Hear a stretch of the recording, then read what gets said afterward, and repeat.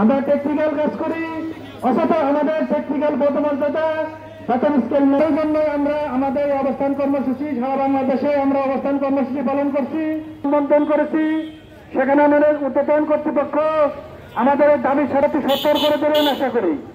যদি কোনো কাল বিলম্ব হয় আমাদের এই কার্যক্রম আমরা চলমান রেখেছি, কিন্তু রিপোর্টিং এর কোনো কাজ আমরা দিচ্ছি না। একটি উপজেলায় যেন কোনো রিপোর্টিং না হয়, ততক্ষণ পর্যন্ত আমাদের দাবি পূরণ না হলে থাকবে। তাই সকলকে আহ্বান করব, আপনারা সকলে আমাদের এ তারিখের ফল অবশ্যই আমাদের ঘরে উঠবে। পায়ে হেঁটে যে আমরা কাজ করি, আমরা যেতে পারি বৃষ্টিতে ভিজে, আমরা অনেক কষ্ট করে কাজ করি, অথচ স্বাস্থ্য সেবার মূল কাজটাই আমরা পর্যায়ে যে কাজটা করি, এই কাজ যদি আমরা না করি তাহলে স্বাস্থ্য সেবার মূল কাজ তৃণমূল কাজটা করি, আমরা কাজ করি। আমরা মানব শিশুর জন্মপর থেকেই আমরা তার বাংলাদেশে ভূমিচন্দ্র বিষয়ের সামনে অবস্থান গ্রহণ করতেছি।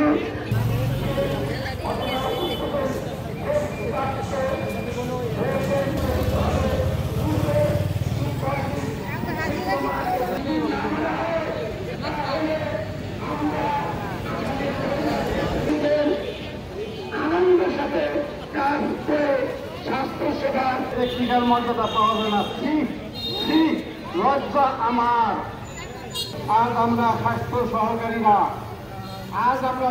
সহকারীরা একটা তাদের জন্ম নিবন্ধন করা হয়, এটা বাংলাদেশের একটা নিয়ম মেনে তাদের জন্ম নিবন্ধন কোনো ব্যক্তি গর্ব দেয় নাই, একমাত্র এই টিকা দিয়েছে করতে পারেন।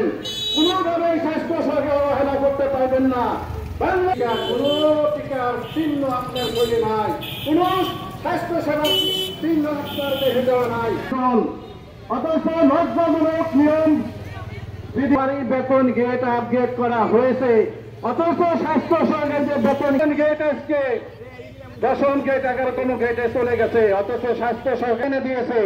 যত বাংলাদেশকে এতগুলো পুরস্কার দিয়েছে, সাউথ এমনিজি ভোট ভ্যাকসিন হিরো পুরস্কার করতে হবে, এটা আমার আবেদন। বাংলাদেশ ধন্যবাদ, সবাই ভালো থাকেন।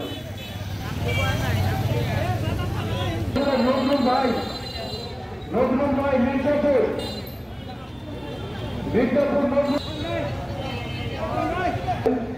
এবং মূল পয়েন্টগুলো।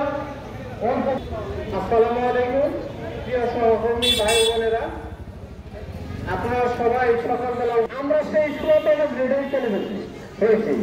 তো এই অবস্থা আসলে করবো আমাদের এই সময়গুলো আচরণকে একটা সমাধানের আওতার জন্য তো চালিয়ে যাচ্ছি। যত শীঘ্র সম্ভব সরকার যদি জিও করে